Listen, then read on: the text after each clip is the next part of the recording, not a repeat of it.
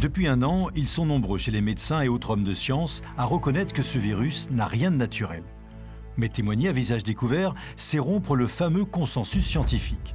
Cet homme a plus de 30 ans de recherche à l'INSERM mais aussi à l'Institut Pasteur. Il a publié dans de grandes revues scientifiques. Aujourd'hui, malgré l'évidence, il tient à son anonymat. Sa voix a été changée. Ce qui m'a mis la puce à l'oreille, c'est un article du CNRS qui reprenait une publication scientifique de février 2020. Cette étude était dirigée par Étienne Decroly, un spécialiste connu des coronavirus. Dans cette étude, j'ai découvert que le SARS-CoV-2 faisait l'objet d'insertions de ce qu'on appelle des aminoacides. 4 notamment. Les 3 premières insertions semblent être naturelles, car on les retrouve dans des souches plus anciennes de coronavirus. La 4e insertion fait apparaître ce qu'on appelle un site protélise furine.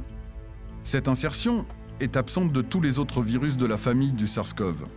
Elle n'avait jamais été étudiée avant. C'est ça qui a attiré mon attention.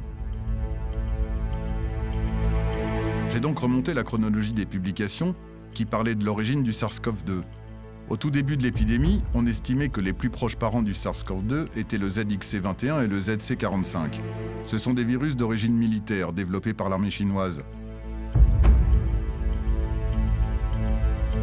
Mais le 20 janvier 2020, Zheng Liqi, une virologue de l'Institut de Wuhan, publie dans Nature une étude sur 675 séquences montrant que le SARS-CoV-2 serait en fait descendant du RATG13. Mais le RATG13, on ne sait pas d'où il vient, quoi. Le RATG13 aurait été isolé par Zheng Liqi à partir d'une chauve-souris. Ce serait donc un virus d'origine naturelle. Mais c'est elle qui l'a isolé. Elle ne nous dit pas d'où vient ce virus, qu'elle prétend avoir isolé. On n'a aucune information, et ce qui est d'ailleurs inhabituel pour une scientifique. Et quelque temps plus tard, une autre virologue chinoise, Li Mengyan, va contredire Zheng Liqi dans un rapport dans lequel elle explique très clairement comment fabriquer génétiquement le SARS-CoV-2 à partir des fameux virus militaires cités précédemment, ZXC21 et ZC45. Dans les médias, elle sera décriée non pas pour ses travaux scientifiques, mais simplement parce que ce serait une proche de Trump. Mais la confirmation de sa démonstration m'en sera donnée quelques mois plus tard, dans la revue Science, où l'on apprend que le SARS-CoV-2 a bien un 2e récepteur qui peut se connecter à la neuropiline 1, l'une des 2 neuropilines humaines contrairement au SARS-CoV de 2003. Et c'est justement ce 2e récepteur qui fait que la contagiosité a été décuplée de près de 10 000 fois par rapport au premier SARS-CoV. 10 000 fois plus, c'est beaucoup quand même. Bah oui, de 8 000 à 80 millions, ça fait bien 10 000.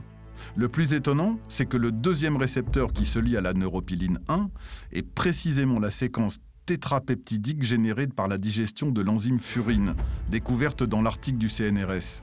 Celle-là même que je citais précédemment, et qui n'avait jamais été observée dans un virus SARS-CoV. Donc en fait, on découvre qu'il a une 2e porte d'entrée pour plus facilement contaminer les cellules humaines. Oui, c'est ce qu'on appelle un gain de fonction. Un gain de fonction. Je me suis donc repenché sur la publication de Zheng Liqi dans Nature, et j'ai découvert que son étude s'arrêtait à la séquence 675. Alors que justement, l'insertion des 4 aminoacides qui décuplent la contagion se trouve précisément à la séquence 680, comme le montre ce tableau publié dans Cells. C'est-à-dire que là, elle s'arrête à la séquence 675, et on va découvrir qu'à la séquence 680, il y a cette fameuse insertion d'un gain de fonction qui aurait dû normalement l'interpeller. C'est bien ça? Oui, qui aurait dû l'interpeller, et qui aurait dû interpeller tous les lecteurs honnêtes. Car les 4 aminoacides insérés dans la séquence 680 sont absentes du RATG13. Il est donc hautement improbable que le SARS-CoV-2 descende directement du RATG13. Donc là, vous êtes en train de dire que Zheng Liqi, qui a arrêté sa démonstration à la séquence 675, si elle avait prolongé, elle savait pertinemment que 5 petites séquences d'aminoacides plus loin, il y avait cette fameuse séquence qu'elle s'est gardée de montrer et qui donne là la preuve d'un gain de fonction qui, lui, ne peut être que d'origine, on va dire, humaine. Ça s'apparente vraiment à un travail de génie génétique. Par génie génétique. Et là, on est quasiment sûr que c'est une insertion par génie génétique. Honnêtement, la probabilité pour que ce virus soit d'origine naturelle est extrêmement faible. Nous avons envoyé ce témoignage à plusieurs virologues et autres scientifiques concernés. Tous sont unanimes pour dire que ce virus aurait bien été manipulé par l'homme, même s'ils ne sont pas tous d'accord sur les éléments de preuve rapportés. Donc à présent, je favorise la thèse d'un virus manipulé. C'est comme si un policier cherchant à résoudre un crime ne voyait pas le couteau ensanglanté à côté de la victime. La question qui s'impose, c'est pourquoi le labo de Wuhan a-t-il lancé ce projet? Et quel but est recherché par le virus recombinant? Je pense que c'est un accident, mais le virus aurait pu servir comme véhicule pour une vraie arme biologique.